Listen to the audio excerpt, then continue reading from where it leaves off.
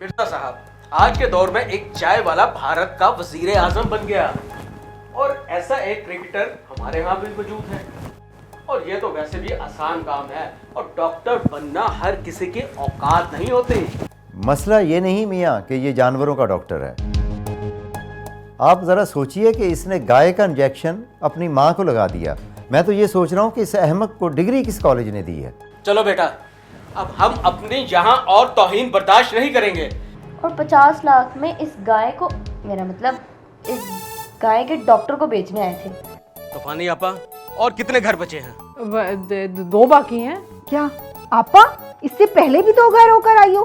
अरे भाई, एक ही दिन में क्लाइंट को सारी विविंग करानी पड़ती है, इसी तरह बचत होती है, वरना अपने पास से पैसे लगाऊं।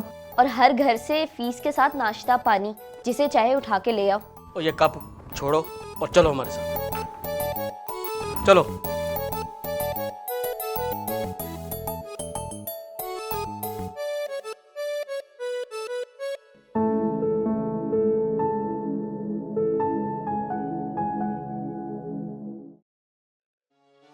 आपी, मुझे लगता है ये तूफानी खाला ना आपकी जिंदगी में तूफान ला के छोड़ेंगी। बस अब शादी नहीं, डील है, देखते हैं कितने में बिकता है मेरा दूल्हा। आपी, ऐसे तो मामला ख़राब है, आपको डायरेक्ट बात करनी चाहिए अम्मी अब्बू से। अम्मी अब्बू ने इतना सब कुछ किया हमारे लिए और इतनी अच्छी परवरिश की है हमारी। अब मैं सिर्फ शादी के लिए अपनी राय नहीं दे सकती। सिर्फ शादी? आपी, ये आपकी ज़िंदगी, ये आपकी नस्लों का मामला है। इस तरह इग्नोर नहीं कर सकती आप इस मामले को।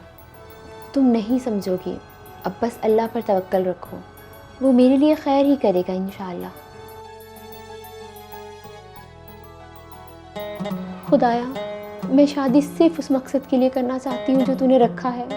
अब मुझे वो हम सफ़र अता फरमा जो मेरे इस मकसद को पाया तकमील तक पहुँचा दे।